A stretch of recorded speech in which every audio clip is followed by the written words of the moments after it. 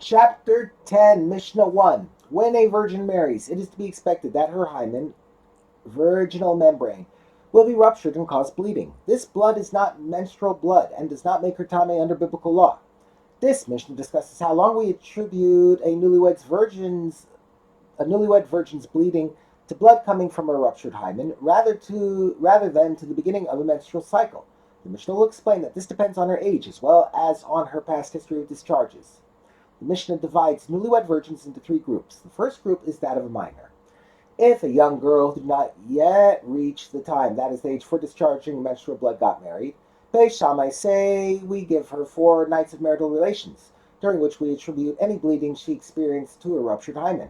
She thus remains tahor. From then on, we must be concerned that any blood that she discharges is menstrual, which makes her tameh. But Beis Hillel say, even after 4 nights have passed, we still attribute her bleeding to the ruptured hymen, and she remains tahor until we know that the wound has healed. The second group, if she reached the time to discharge menstrual blood, i.e. she became an ara, and she got married before she experienced her first menstrual discharge, Beis Shammai say we give her the first night of marital relations, during which any bleeding is assumed to be from the ruptured hymen, and she therefore remains tahor.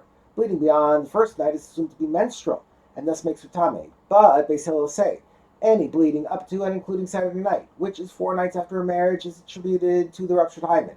The third group, if she was an Ara and she discharged menstrual blood while she is in her father's house, that is, she already menstruated before her marriage, Beis Shammai say we give her only the cohabitation of mitzvah, namely the first act of cohabitation, whose bleeding is attributed to the rupture of the hymen. But Beis Hillel say we give her the entire first night, during which any bleeding is attributed to the rupture, no matter how many times she cohabitated.